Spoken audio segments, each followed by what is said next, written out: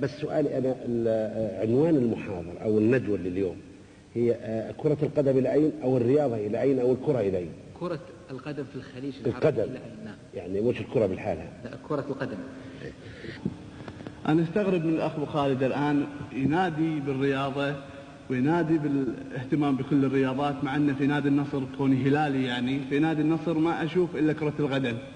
فإذا كان رئيس النادي يهتم في كرة القدم ورئيس النادي يهتم بالجماهير الرياضية وينسى بقية اللعبات، كيف علينا كلجان أولمبية نهتم بقية اللعبات كرة القدم؟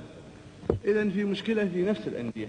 فأتمنى من الأخ أبو خالد أن مثل ما ينادي بالشيء يطبقه في نادي النصر اللي هو غالي وعزيز على قلوبنا. الشيخ أحمد تكلم عن نادي النصر وقال كيف يتكلم عن الرياضات ونادي النصر ما عنده إلا كرة قدم.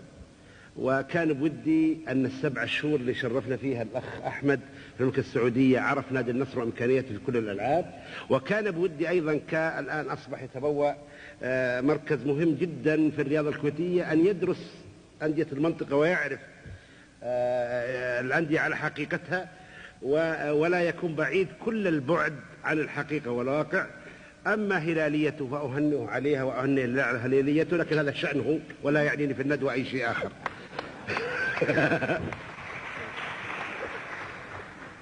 العزيز الغالي الشيخ أحمد قال النصر نادي اللعبة الواحدة، وأذكر فإن الذكرى تنفع المؤمنين. نادي النصر نادي 18 لعبة رياضية، وأكثر نادي الآن في المملكة العربية السعودية بكل فخر واعتزاز عنده لعبات مسجلة.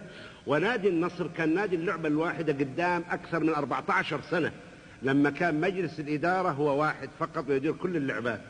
أما عندما نهج له جديد وكل لعبة لها إدارة مستقلة بذاتها وكلها تجتمع عند مجلس الإدارة اللجنة العليا والهيئة العليا، توسعت اللعبات وكان صاحب 18 لعبة.